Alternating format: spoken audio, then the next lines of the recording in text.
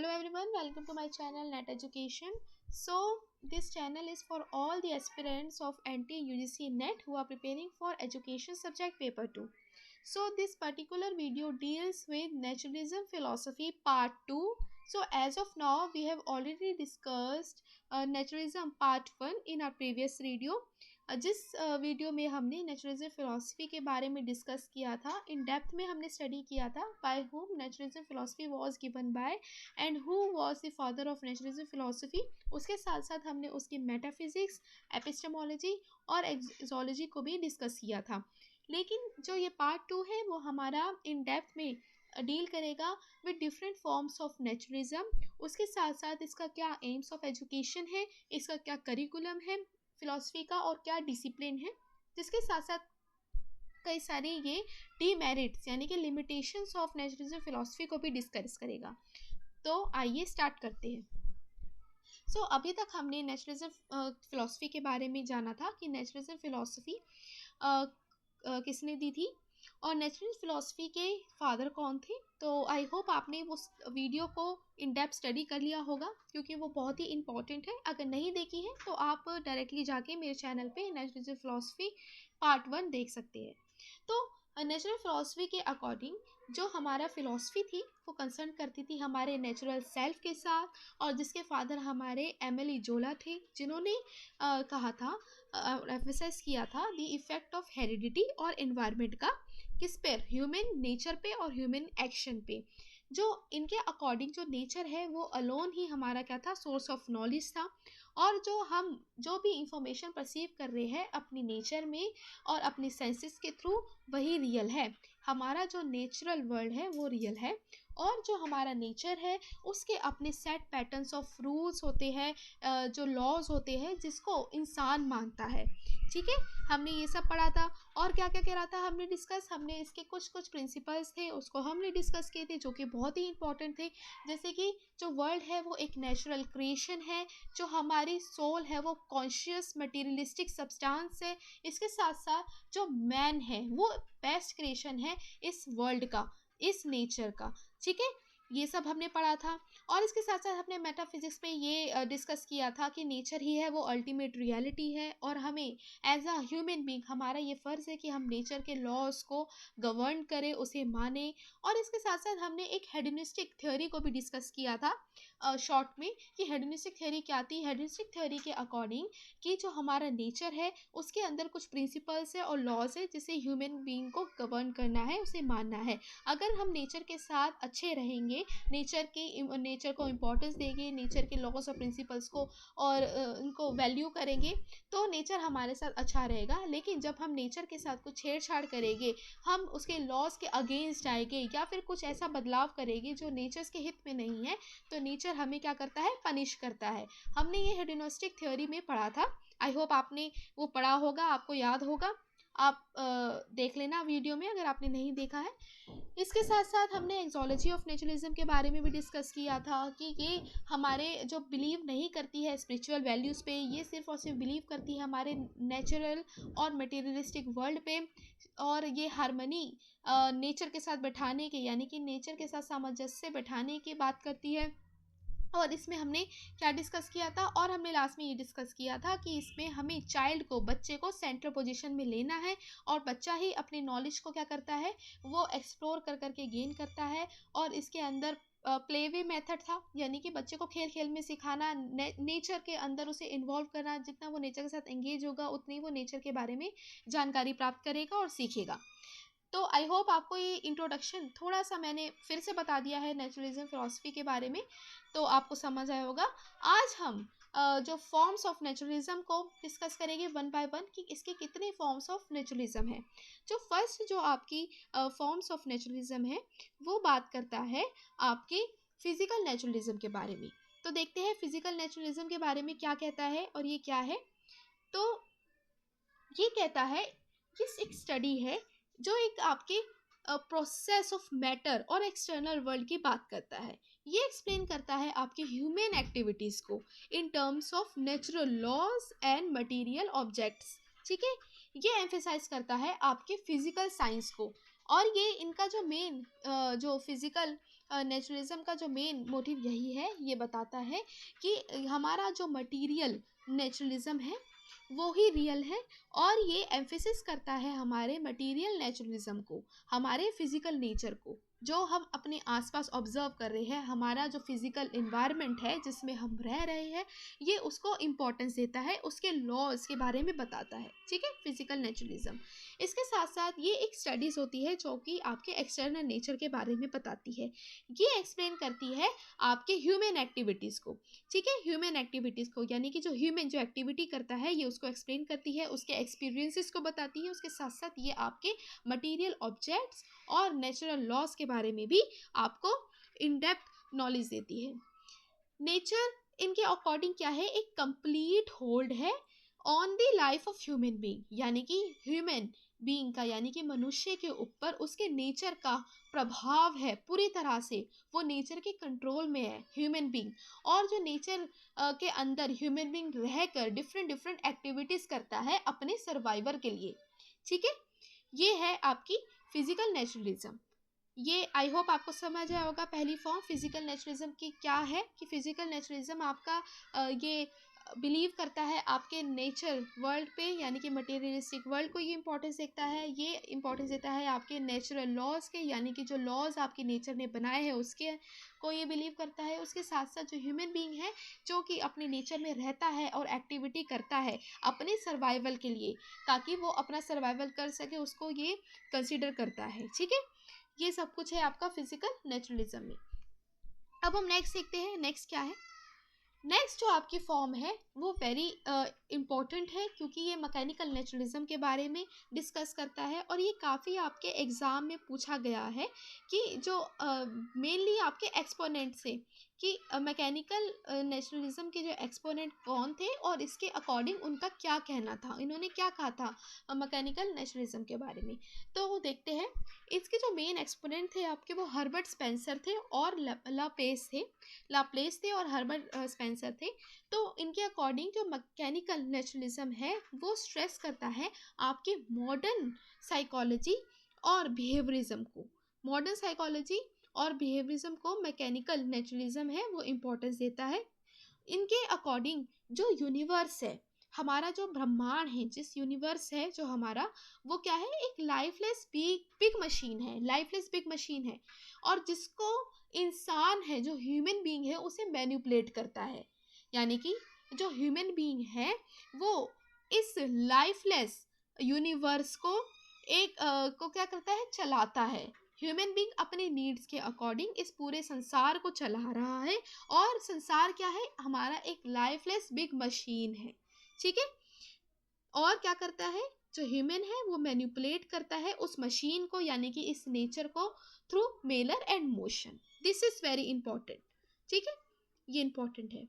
और इन्होंने क्या किया है, इन्होंने मैन को रिगार्ड किया है एज मशीन, कि जो इंसान है वो एक मशीन रूपी कार्य करता है, मशीन है। बिलीव्स करता है आपके बिहेवियरिस्टिक साइकोलॉजी के ऊपर, ये बिलीव करता है आपके मैन पर एज वेल एज माइंड पर। ठीक है, ये दोनों पे बिलीव करता है, मैन पर भी, उसके साथ साथ उसके माइंड पे भी। और ये कहता है कि जो मैन है वो सिर्फ और सिर्फ पार्ट है आपका यूनिवर्स का, इस संसार का सिर्फ और एक पार्ट है, और जो ह्यूमन बीइंग है वही इस पूरे यूनिवर्स को चला रहा है। कैसे, डिफरेंट मैनिपुलेशन करके जो इंसान है इस यूनिवर्स को चला रहा है, और इन्होंने मैन को एज अ मशीन कंसिडर किया है। ये डिपेंड होता है आपके साइंस पर, यानी कि साइंटिफिक नॉलेज पर। जैसे कि हमने लर्निंग बाय डूइंग के बारे में पढ़ा था कॉन्सेप्ट, यानी कि लर्निंग बाय डूइंग कॉन्सेप्ट, जिसमें इंसान है वो कुछ कर कर के सीख रहा है, वो लर्न कर रहा है कुछ कार्य कर कर। इसी तरह से जो इंसान है वो नेचुरल लॉज को फॉलो कर करके, यानी कि साइंटिफिक नॉलेज को वो यूज़ कर करके, अप्लाई कर करके कुछ ना कुछ सीख रहा है, और वो ही इस संसार को मैनिपुलेट कर रहा है। ठीक है, ये है आपकी मैकेनिकल नेचुरलिज्म। नेक्स्ट देखते हैं, नेक्स्ट क्या है। नेक्स्ट आपकी बायोलॉजिकल नेचुरलिज्म है। ये आपकी थर्ड टाइप ऑफ फॉर्म्स है नेचुरलिज्म की। अभी तक हमने कौन सी पढ़ी थी, मैकेनिकल नेचुरलिज्म के बारे में पढ़ा था, और उससे पहले हमने आपके फिजिकल नेचुरलिज्म के बारे में पढ़ा था। ठीक है, ये आपकी थर्ड है वो बायोलॉजिकल नेचुरलिज्म है, जो कि थर्ड फॉर्म है आपकी नेचुरलिज्म की। तो ये जो बायोलॉजिकल नेचुरलिज्म है उसके जो ग्रेट जो एक्सपोनेंट्स थे वो आपके डार्विन थे और इसके साथ साथ आपके लमार्क थे। ठीक है, डार्विन और लमार्क ये दो थे जिन्होंने बायोलॉजिकल नेचुरलिज्म की बात की थी, फेवर किया था जिन्होंने।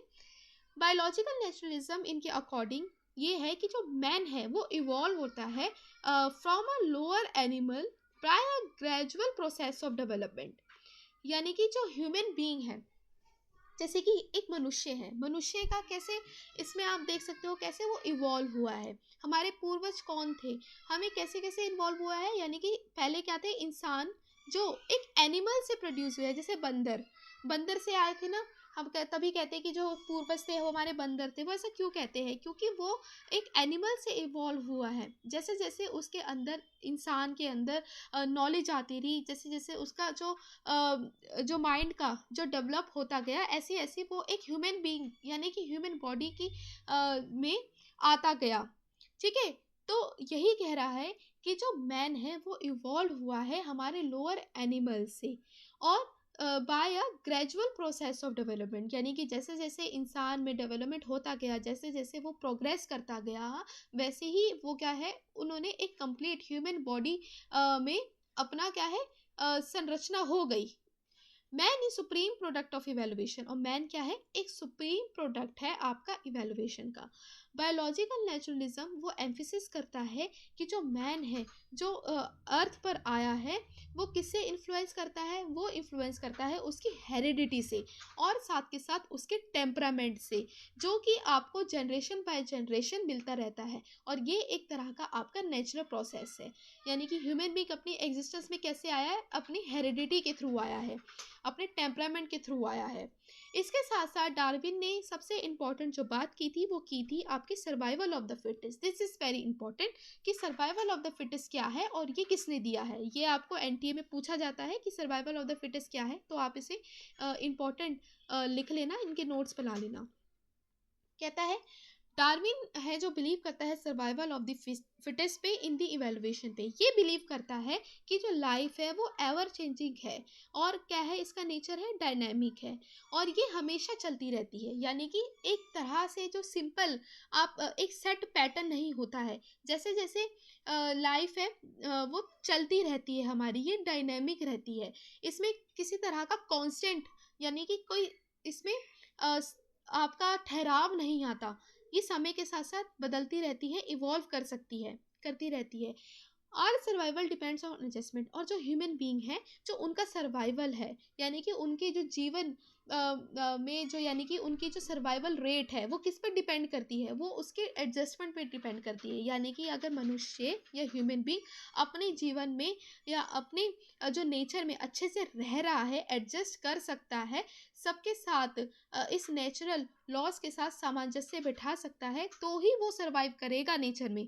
अगर वो पूरी तरह से एडजस्ट होगा, अपने एनवायरनमेंट को समझेगा, अपने एनवायरनमेंट को वैल्यू करेगा, तो वही इस नेचुरल वर्ल्ड में क्या कर सकता है, सर्वाइव कर सकता है। तभी ये सर्वाइवल ऑफ द फिटेस्ट आपकी सर्वाइवल यानी कि एडजस्टमेंट पे डिपेंड करता है। इन्होंने 3 तरह के प्रिंसिपल दिए थे जो कि आते हैं adaptation of the environment. Adaptation of the environment यानी कि आपको नेचुरल वर्ल्ड, नेचुरल इन्वायरमेंट के लॉज को अडेप्ट करना है जैसे वो है। ठीक है, और आपको स्ट्रगल, स्ट्रगल क्या है, एग्जिस्टेंस की। यानी कि जो इंसान है वो अपनी एग्जिस्टेंस के लिए स्ट्रगल करता रहता है, स्ट्रगल करता रहता है, यानी कि वो कुछ ना कुछ काम करता रहता है, कुछ ना कुछ मैनिपुलेट करता रहता है ताकि उसका अच्छे से एग्जिस्ट हो सके, अच्छे से वो एडजस्ट हो सके एनवायरनमेंट में। और जब वो अच्छी तरह से एडजस्ट कर सकता है, अपने नेचुरल लॉज को एक्सेप्ट कर लेता है, अडेप्ट कर लेता है, तब उसकी सर्वाइवल रेट है वो इंक्रीज हो जाती है और वो एनवायरनमेंट में कम्प्लीटली एडजस्ट हो जाता है।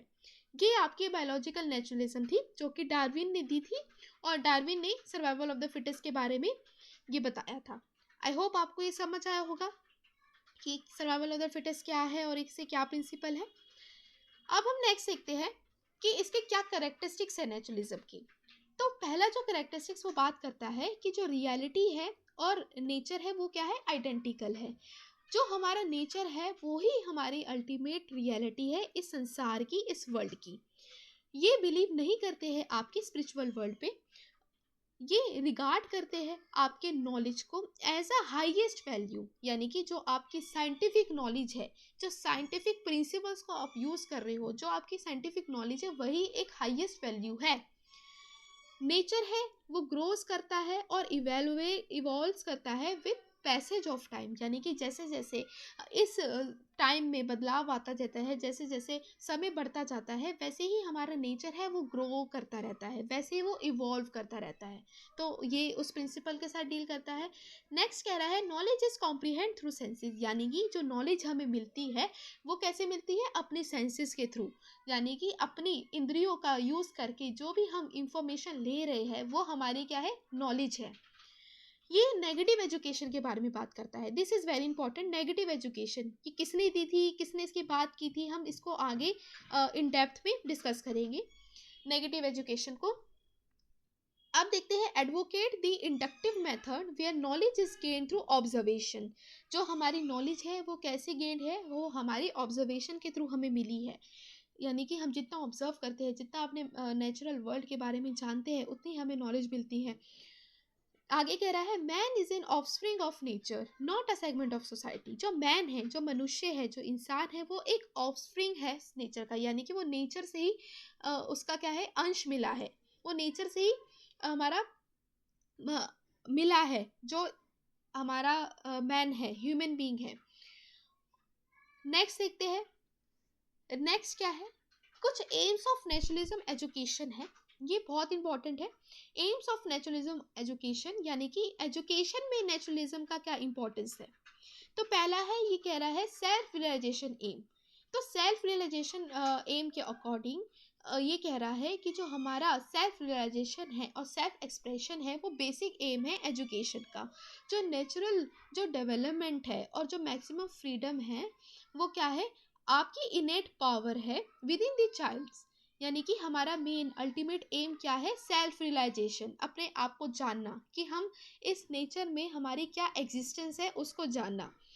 नेक्स्ट कह रहा है self observation and survival of existence, यानी कि जब हम सेल्फ ऑब्जर्व करते हैं, सेल्फ ऑब्जर्वेशन करना और इसके साथ साथ अपने सर्वाइवल के बारे में जानना, ये उसके साथ डील करता है। ये कहता है अकॉर्डिंग टू मैकडॉगल और Darwin's theory of struggle of existence and survival of the fittest, education should develop the capacities of the individual so that he comes out of the victorious in the struggle of life। यानी कि हमें जो ऐसी education देना अपने बच्चे को ताकि वो अपने नेचर में सर्वाइव कर सके, सर्वाइवल ऑफ द फिटेस्ट हो सके उनका, और वो नेचुरल लॉज को एक्सेप्ट कर सके, अडेप्ट कर सके और अपने सर्वाइवल रेट को बढ़ाए, अपनी एग्जिस्टेंस को जाने। ये इसके बारे में बात कर रहा है। अब कह रहा है third, adjustment to environment. Adjustment to environment क्यों कह रहा है, ताकि हम इजीली अपने एनवायरनमेंट में एडजस्ट हो सके और अपने नेचुरल वर्ल्ड के साथ सामंजस्य बिठा सके और एक हार्मनी जीवन व्यक्त कर सके। प्रिपेयर करना कंप्लीट लिविंग, यानी कि एजुकेशन ऐसी होनी चाहिए बच्चे की ताकि वो आपको एक कंप्लीट लिविंग बनाए, जिसके अंदर आपके जो बच्चे के इंटरेस्ट को देखते हुए, बच्चे की टेंडेंसीज को देखते हुए, बच्चे के एप्टीट्यूड को देखते हुए, उसकी क्या कैपेसिटीज़ है, वो क्या है, हमें उसे ऐसे पढ़ाना है, ठीक है, ऐसे हमें उसे नॉलेज देनी है। एजुकेशन हमें ऐसे डेवलप करनी है ताकि वो क्या है, इन बॉन्ड टेंडेंसी हो, इंटरेस्ट इंक्लिनेशन हो, उसमें एप्टीट्यूड हो, कैपेसिटीज हो, through natural process by developing a physical health. ठीक है। अब कह रहा है स्पॉन्टेनियस डेवलपमेंट। स्पॉन्टेनियस डेवलपमेंट क्या कह रहा है, स्पॉन्टेनियस डेवलपमेंट कह रहा है कि जैसे जैसे इंसान का ग्रोथ होता रहता है, जैसे जैसे उसका एज के अकॉर्डिंग उसके अंदर चेंजेस आते रहते हैं, वैसे ही उसके अंदर ग्रोथ होता रहता है। उसी हिसाब से हमारा नेचर है वो भी इवॉल्विंग है नेचर में, क्योंकि जैसे जैसे समय के साथ साथ बदलाव आता रहता है, नेचर भी हमारा उसके अकॉर्डिंग बदलता रहता है, उतना ही ग्रो करता रहता है। इसलिए ये भी स्पॉन्टेनियस डेवलपमेंट को बढ़ावा देता है, यानी एजुकेशन ऐसी हो तो कि बच्चे की वो स्पॉन्टेनियस डेवलपमेंट को बढ़ावा दे, उसके डेवलपमेंट को बढ़ावा दे। ठीक है, ये सारे एम्स ऑफ नेचुरलिज्म एजुकेशन थे। अब हम देखते हैं इसके क्या करिकुलम है। ठीक है, इसका करिकुलम क्या है नेचुरलिज्म का, और करिकुलम अब देखते हैं नेचुरलिस्ट है वो बिलीव नहीं करते थे आपके फिक्स करिकुलम पे। इनका मानना ये था कि हमें बच्चे को फुल फ्रीडम देनी है कि बच्चा खुद करके सीखे और वो अपने नेचर में रहकर सीखे, नेचर को वैल्यूज़ करे और नेचर को वैल्यू करने के साथ साथ वो नेचर के प्रिंसिपल्स को जाने, कुछ नेचर के साथ कुछ डेवलप करे। लेकिन ये जो कम्प्लीटली जो अगेंस्ट करती थी आपके फिक्स करिकुलम पे, ये बिलीव नहीं करती थी कि हम क्या करते हैं, टीचर एक आपको लेक्चर दे देगा, आपको वही एक सेट पैटर्न ऑफ नॉलेज है, नहीं। ये आपको कहता था कि ये कोई फिक्स करिकुलम के थ्रू बच्चे को नहीं पढ़ाए, बच्चे को फ्रीडम दे दे कि वो कंप्लीट अपनी तरह से जी सीखे जाने।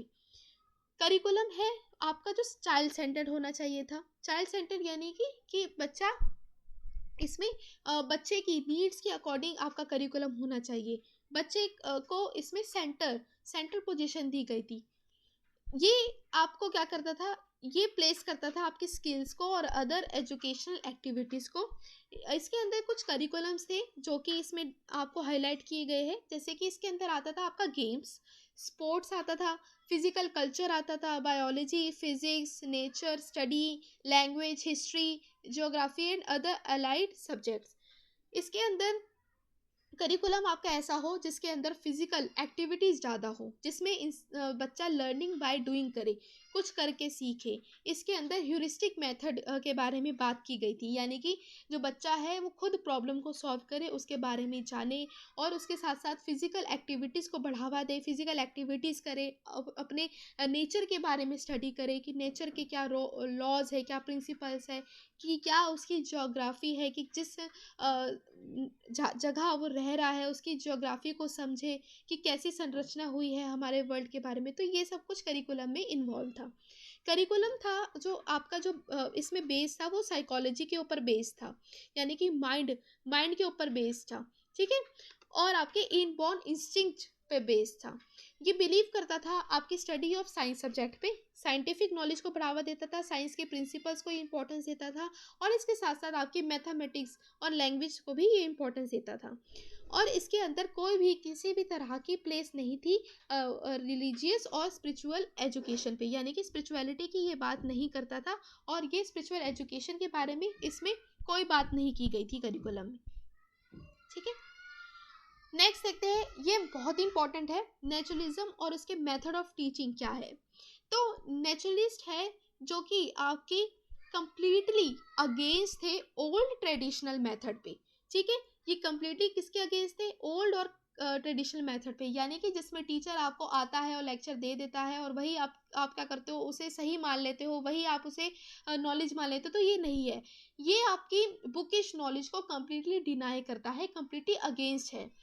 ये आपके क्या है, ये आपको बढ़ावा देता है कि आप क्या करें, जो टीचिंग हो, टीचिंग बच्चे के इंटरेस्ट के अकॉर्डिंग हो, टीचिंग बच्चे के कैपेसिटीज़ के अकॉर्डिंग हो और उसके एप्टीट्यूड के अकॉर्डिंग हो, तो हमें वैसे टीचिंग इसमें देनी है। ये लर्निंग बाय डूइंग मेथड को बढ़ावा देता है, जैसे कि ये आप देख लो, जैसे इसमें कि बच्चा कुछ करके कुछ सीख रहा है, कुछ एक्सपेरिमेंट करके सीख रहा है, या फिर बच्चा कुछ अपना लॉजिक लगा रहा है, दिमाग लगा के सीख रहा है, तो वो क्या है, लर्निंग बाय डूइंग को बढ़ावा देता है। ये क्या करता है, डायरेक्ट मेथड को इम्पोर्टेंस देता है, उसके साथ साथ ये ह्यूरिस्टिक मेथड को इम्पोर्टेंस देता है। ये देखो, ये पिक्चर आपको दी हुई है, ये ह्यूरिस्टिक मेथड है। यानी ह्यूरिस्टिक मेथड यानी कि जब आप बच्चे को जो टीचर क्या है, एक प्रॉब्लम दे देता है और वो बच्चा उस प्रॉब्लम का सॉल्यूशन खुद निकालता है। जैसे कि एक ही एग्जांपल यही है कि आपने अपने घर में रिमोट कार देखी होगी या रिमोट कार आपने चलाई होगी। जब रिमोट कार चलाती है तो वो क्या करते हैं, वो बार बार आपके दीवार के साथ बैंग करती है, टकराती है। जैसे जितना वो टकराती है, लेकिन टकराने के बाद वो अपना रास्ता खुद ले लेती है। जब वो टकराती है तो टकराने के बाद ही वो अपनी डायरेक्शन बदल देती है। इसी तरह से ह्यूरिस्टिक मेथड है। ह्यूरिस्टिक मेथड क्या करता है, ये बच्चे को बढ़ावा देता है कि वो अपना सॉल्यूशन खुद निकाले, भले ही उसमें कई सारी बाधाएं हो, लेकिन वो अपना जो सॉल्यूशन खुद निकाले और अंत में जाके वो अपना प्रॉब्लम का सॉल्यूशन निकाल लेता है। जितने आप उसे ट्रिगर डालेंगे, जितना आप उसके ऊपर क्या करेंगे, उसके ऊपर और ट्रिगर होगा बच्चे को सॉल्यूशन निकालने में, तो अंत में जाके वो अपना सॉल्यूशन निकाल ही लेगा। जैसे कि एक रिमोट कार है, ठीक है, ये ह्यूरिस्टिक मेथड के बारे में बताया है। इसके साथ साथ ऑब्जर्वेशन और एक्सक्लूजन को बढ़ावा दिया है, यानी कि बच्चा ऑब्जर्व कर करके उसे सिखाना, उसे फील्ड ट्रिप्स पर लेके जाना, उसे क्या करना, उसे म्यूजियम में लेके जाना, जू लेकर जाना, ताकि वो अपने नेचर के बारे में सीखे, ऑब्जर्व करे, ऑब्जर्व करके सीखे। प्ले वे मेथड हो उसके अंदर, प्ले वे मेथड हो यानी कि बच्चा खेल खेल में सीखे, किसी तरह का दबाव नहीं हो बच्चे पे कि आपको करना ही करना है, जबकि आप बच्चे को ऐसे बढ़ावा दो कि वो खेल खेल के अंदर सारी चीज़ें सीख ले। और इसके अंदर लर्निंग थ्रू सेंसेस है, यानी कि जब हम अपनी सेंसेस का यूज़ करके जो लर्न कर रहे हैं, जो इन्फॉर्मेशन गेन कर रहे हैं, तो वो इसके अंदर आ जाता है। नेक्स्ट देखते हैं। नेक्स्ट ये बहुत इंपॉर्टेंट है कि नेचुरलिज्म और नेगेटिव एजुकेशन के बीच में क्या रिलेशन है। तो नेगेटिव एजुकेशन है जिसका मानना ये है कि जो बच्चे को हमें क्या है, कंप्लीट फ्रीडम देनी है कि बच्चा खुद लर्न करके सीखे। और ये ऐसा मेथड है जो कि आपके पूरी तरह से बुकिश नॉलेज को डिनाई कर देता है। और नेगेटिव एजुकेशन में आपका चाइल्ड सेंटर्ड एजुकेशन है, यानी कि बच्चे को इसमें सेंट्रल पोजीशन पर रखा गया है, बच्चा इसमें फोकस है, बच्चे के अराउंड ही नॉलेज है। इन्होंने कहा है कि आपका कंप्लीट अगेंस्ट होना है रोट मेमोरी में, यानी कि बच्चे को सिर्फ किताबी पढ़ाए और रट्टाफिकेशन से नहीं पढ़ाए, जबकि बच्चे को आप ये एनकरेज करें, ये मोटिवेट करें कि बच्चा खुद लर्न करके सीखे।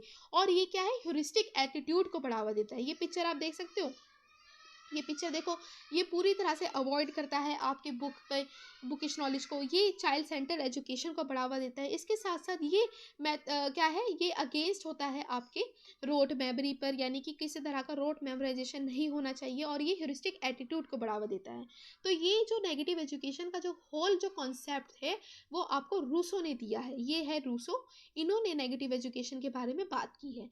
ठीक है, देखते हैं आगे क्या कहा है। In the early stage child should be given negative education instead of positive education. It is positive education when you give sermons or truth and the virtue to the child. It is negative education when instead of giving him direct sermons or truth of virtue, you protect him from the falsehood and vice. ये कह रहा है कि initially हमें ये बढ़ावा देना चाहिए, यानी इनिशियली स्टेज पे जब एमर्जेंट लिटरेसी होती है। एमर्जेंट लिटरेसी ऐसी स्टेज जो कि आपके 3 to 5 ईयर्स के साथ डील करती है, जिसमें हम बच्चे को बुकिश नॉलेज नहीं देते, हम ये देखते हैं, ये बढ़ावा देते हैं कि बच्चा ज़्यादा से ज़्यादा कुछ करके सीखे। तो वो हमारे नेगेटिव एजुकेशन के अंदर आ जाती है, जिसके अंदर हम बच्चे की सेंसेस पे काम करते हैं। जैसे कि हमारे मारिया जो मॉन्टेसरी स्कूल्स है, आपने सुना होगा मॉन्टेसरी स्कूल्स के बारे में। तो मॉन्टेसरी स्कूल्स क्या थे, वो ऐसे स्कूल्स हैं जिसमें आपके सेंसेस का यूज़ करके बच्चों को पढ़ाते हैं। उसके अंदर की कोई भी किताबी पढ़ाई नहीं होती, वो आपकी राइटिंग पर फोकस नहीं करते, वो आपके किस पे फोकस करते हैं कि आप नॉलेज ले अपनी सेंसेस के थ्रू। जितना आप अपनी सेंसेस के थ्रू परसीव करेंगे, आप उतना ही सीखेंगे, उतनी ही आपकी रीजनिंग पावर है वो इंक्रीज होगी, उतनी ही आपकी लॉजिकल पावर है वो इंक्रीज होगी। नेगेटिव एजुकेशन है वो एक ऐसी एजुकेशन है जो आपको प्रोवाइड करती है नॉलेज को by exercising our brain power. Exercising our brain power यानी कि जब हम कुछ ब्रेनस्टॉर्म करके सीख रहे हैं, तो आपकी जो माइंड की जो पावर है, जो सोचने की समझने की जो शक्ति है वो बढ़ती है। ठीक है, तो वो इन्होंने नेगेटिव एजुकेशन के बारे में कहा है कि बच्चे को ज़्यादा से ज़्यादा हमें क्या करना है, नेगेटिव एजुकेशन देनी है। कोई सेट पैटर्न नहीं हो, बच्चे को किसी तरह का कोई रिस्ट्रिक्शन हो, पूरी तरह से फ्रीडम दे दो कि बच्चा खुद सीखे, खुद करे। ठीक है, ये था। अब हम देखते हैं आगे क्या कहा गया है। नेचुरलिज्म और उसके टीचर, कि टीचर को क्या कहा गया है। नेचुरलिज्म में जो टीचर है इसके अंदर वो एक साइंटिफिक मतलब यानी कि जो सेकेंडरी पोजीशन होल्ड करता है। सेकेंडरी पोजीशन यानी कि जो बच्चे को टीचर की ज़रूरत नहीं है, वो कहता है कि इसमें एजुकेटर का किसी भी तरह का इंटरफेयर नहीं होना चाहिए नेचुरल डेवलपमेंट ऑफ चाइल्ड की। यानी कि जब बच्चा अपने नेचुरल वर्ल्ड के बारे में सीख रहा है, उसमें टीचर की कोई भी इंटरफेरेंस नहीं होनी चाहिए। टीचर को किसी भी तरह के कोई आइडियल रूल्स है, वो प्रिंसिपल है, वो बच्चे पे थोपने नहीं चाहिए, इम्पोज नहीं करने चाहिए। और बच्चे को ये इंश्योर करना चाहिए कि वो क्या करे, कुछ डिस्कवर करे अपने नेचर में, और वो अपनी साइंटिफिक नॉलेज का यूज़ करे और कुछ नया इनोवेट करे। इन्होंने कहा है कि टीचर को क्या करना चाहिए, प्रोवाइड करनी चाहिए आप बच्चे को सूटेबल अपॉर्चुनिटीज़, यानी कि एक ऐसा एनवायरनमेंट क्रिएट करना चाहिए टीचर को बच्चे के लिए, ताकि बच्चा उस एनवायरनमेंट में कुछ सीखे और कुछ लर्न करे। ठीक है, और अपना कंस्ट्रक्टिव माइंड डेवलप करें। ये कह रहा है the place of educator is not primary but secondary. इन्होंने कहा है कि जो एजुकेटर का जो प्लेस है वो प्राइमरी नहीं है, सेकेंडरी है। एजुकेटर क्या है, एक एज अ ऑब्जर्वर की तरह काम करता है बच्चे के डेवलपमेंट पे, और इसमें एजुकेटर किसी भी तरह की इंफॉर्मेशन नहीं देता, किसी भी तरह की कोई भी इंफॉर्मेशन नहीं देनी है बच्चे को, बच्चा खुद लर्न करके सीखेगा। और एजुकेशन क्या होना चाहिए, फ्री होना चाहिए, बच्चे के इंटरेस्ट के ऊपर बेस्ड होना चाहिए, ठीक है। और ये जो पूरा जो कॉन्सेप्ट था ये किसने कहा था, ये आप रूसो ने, कई सारे ये एक्सपोनेंट्स हैं, उन्होंने इस टाइप की एजुकेशन को बढ़ावा दिया था। जैसे कि आप देख सकते हो रूसो, जैसे रूसो है, उन्होंने कहा था, रूसो के साथ साथ मॉन्टेसरी है, रॉस है, इन्होंने फेवर किया था, ठीक है। आई होप आपको समझ आया होगा नेचुरलिज्म और उसके टीचर के बारे में क्या कहते हैं। नेक्स्ट देखते हैं नेचुरलिज्म, उसका डिसिप्लिन क्या है। तो नेचर और उसका डिसिप्लिन ये कह रहा है for harmonious development of the child he should be given a freedom to plan his own activity. यानी कि इसमें भी कंप्लीट तरह की फ्रीडम देनी है बच्चे को, ताकि बच्चा क्या है खुद अपनी एक्टिविटीज़ को प्लान करे। और नेचुरलिस्ट का जो कोई भी ये फेथ नहीं होता आपके डिसिप्लिन पे और किसी भी तरह के एक्सटर्नल फोर्स पे। रूसो के ओपिनियन के अकॉर्डिंग जो हमें चिल्ड्रन है, हमें उसे कभी भी पनिश नहीं करना चाहिए फॉर देयर रॉन्ग डीड्स। अगर कोई भी गलत काम कर रहा है बच्चा तो हमें उसे पनिश नहीं करना। ये पूरी तरह से कंडेम कर देते हैं आपके कॉर्पोरल पनिशमेंट पे। कॉर्पोरल पनिशमेंट पे यानी कि बच्चे को किसी भी तरह की पनिशमेंट नहीं देनी अगर उससे कुछ गलत काम हो जाता है तो। नेचर है वो क्या है, every action is inevitably followed by it's natural consequences. और हर कोई भी एक्शन है उसका क्या है, नेचुरल कॉन्सिक्वेंसेस है। और इसमें क्या है, बच्चे को हमें अगर कोई भी गलत काम हो जाता है तो उसे पनिश नहीं करना कि आप पनिशमेंट देने लगे बच्चे को। इससे क्या होगा कि जब आप पनिशमेंट दोगे तो वो जो बिहेवियर है, जो हेल्दी बिहेवियर है उसका ख़त्म हो जाएगा। बच्चा हर चीज़ को करने से घबराएगा। तो हमें क्या चाहिए, बच्चे के अंदर ये चीज़ को, ये कॉन्सेप्ट को हम डेवलप करें कि बच्चा अगर कोई गलती हो जाती है तो हम उसे ये नहीं कह दे कि आप गलत हो। उसे क्या करना है, हमें बढ़ावा देना है कि आप क्या करें, कुछ अलग अच्छा करें, फिर से कोशिश करें। कोशिश करने के लिए उन्हें हमेशा मोटिवेट करना चाहिए। ये प्लेजर ये करता है, ये एक फोर्स करता है आपके प्लेजर और पेन पे, ठीक है। और जो इफेक्टिवली टीच करता है डिसिप्लिन टू द चाइल्ड। ये है सारा नेचुरलिज्म और डिसिप्लिन। नेक्स्ट देखते हैं इसके क्या लिमिटेशंस है। इसके कुछ लिमिटेशंस है क्योंकि अभी तक हमने नेचुरलिज्म के सारे हमने बेनिफिट्स पढ़े हैं कि नेचर के अंदर क्यों हमें पढ़ाया जा रहा है और नेचर की नॉलेज दी जा रही है कि नेचुरल वर्ल्ड है वही रियल है। तो हमें अभी तक सारी ये इम्पोर्टेंस हमें नेचर की पढ़ाकर उसके बारे में हमें एडवांटेज ही बताई गई है। लेकिन जो लिमिटेशन भी है इसकी नेचुरलिज्म की, लिमिटेशन क्या है कि हमें क्या है, बच्चे को हद से ज़्यादा भी फ्रीडम नहीं देनी है। हमें ये नहीं कि बच्चे को कम्प्लीटली छोड़ दे, हमें क्या करना है, कुछ बच्चे के ऊपर कंट्रोल भी रखना चाहिए कि बच्चा कुछ गलत काम भी ना करे। क्योंकि हद से ज़्यादा अगर हम फ्रीडम दे देंगे तो ये कई सारे चांसेस है कि बच्चा नेचर का गलत इस्तेमाल करे, ठीक है। तो हमें उसकी फ्रीडम पे भी कंट्रोल रखना चाहिए।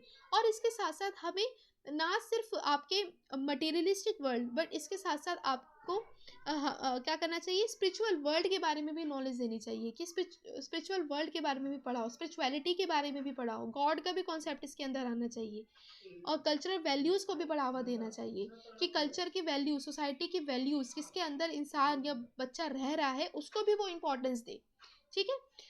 नेचुरलिज्म है वो क्या है, क्योंकि इन्होंने कहा है कि हमेशा ये प्रेजेंट नीड्स के ऊपर डील कर रहा है कि सिर्फ बच्चे की प्रेजेंट के बारे में बात करते जा रहा है। और ये क्या है, ये फ्यूचर के बारे में तो कोई बात नहीं कर रहा है। तो इसलिए इसकी एक लिमिटेशन है, हमें बच्चे के प्रेजेंट के साथ साथ उसकी फ्यूचर के सुधारने की भी बात करनी चाहिए, ठीक है।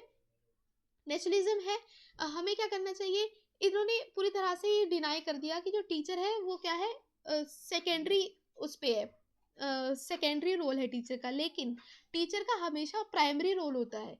भले ही टीचर क्या है, आपको इंस्ट्रक्शन दे रहा है या फिर कुछ बैठा हुआ है, लेकिन आपको क्या है वो इंस्ट्रक्शंस भी दे रहा है, आपको मोटिवेट कर रहा है साथ के साथ। टीचर का सबसे इम्पोर्टेंट रोल है, टीचर हमें क्या कर रहा है, वो आपको एक एनवायरनमेंट क्रिएट कर रहा है ताकि बच्चा सीखे। तो टीचर कभी भी आपके सेकेंडरी फुट पे नहीं आ सकता, हमेशा जो टीचर है वो सुपीरियर है, आपके प्राइमरी फुट पर ही खेलता है। ठीक है। नेचुरलिज्म के क्योंकि इन्होंने कहा है कि कंप्लीटली हमें फ्रीडम दे दी है बच्चे को, लेकिन जिसके हिसाब से बहुत ही गलत है। हमें बच्चे को ऊपर कंट्रोल रखने के साथ साथ ये भी इंश्योर करना चाहिए कि बच्चे को पूरी तरह से हम गाइड करें ताकि उसके साथ कोई अनहोनी ना हो। ठीक है। अगर हम बच्चे को पूरा पैदा होते ही एकदम से छोड़ देंगे तो काफ़ी रिस्क है, काफ़ी चांसेस है कि हम उसको हार्म पहुँचे। तो अगर हम चाहते हैं कि बच्चे को हार्म नहीं पहुँचे या फिर किसी भी रिस्क में नहीं डालना चाहते, तो इसलिए हमें बच्चे की फ्रीडम पे भी कंट्रोल करना आना चाहिए। ठीक है। ये सारी लिमिटेशंस थी इसकी नेचुरलिज्म की। तो आई होप आपको ये समझ आया होगा कि इसकी क्या क्या नेचुरलिज्म है, क्या है इसकी, क्या क्या करिकुलम है, क्या टीचर कहता है, क्या डिसिप्लिन है। तो हमने सब कुछ ये हमने इन डेप्थ में डिस्कस कर लिया है। तो आज के लिए सिर्फ इतना ही। अगर आपको इससे रिलेटेड कई क्वेश्चंस है, कुछ भी पीडीएफ है अगर आपको चाहिए, तो आप मेरे टेलीग्राम लिंक पे डायरेक्टली ज्वाइन कर सकते हो। वहाँ पे पीडीएफ है वो अवेलेबल है। उसके साथ साथ हम डेली बेसिस पे प्रैक्टिस कर रहे हैं कई सारे एमसीक्यूज़ के ऊपर, कई सारे प्रीवियस ईयर क्वेश्चंस के ऊपर, जो कि बहुत ही इंपॉर्टेंट है। तो आप चाहते हैं प्रैक्टिस करना, तो आप यहाँ डायरेक्टली ज्वाइन हो जाना लिंक से, और वहाँ पे आप प्रैक्टिस कर सकते हो, और जितने भी पीडीएफ्स हैं वो सारे अवेलेबल हैं, आप उसको एक्सेस कर सकते हो। तो आज के लिए सिर्फ इतना ही। So stay blessed, enjoy learning. Thank you.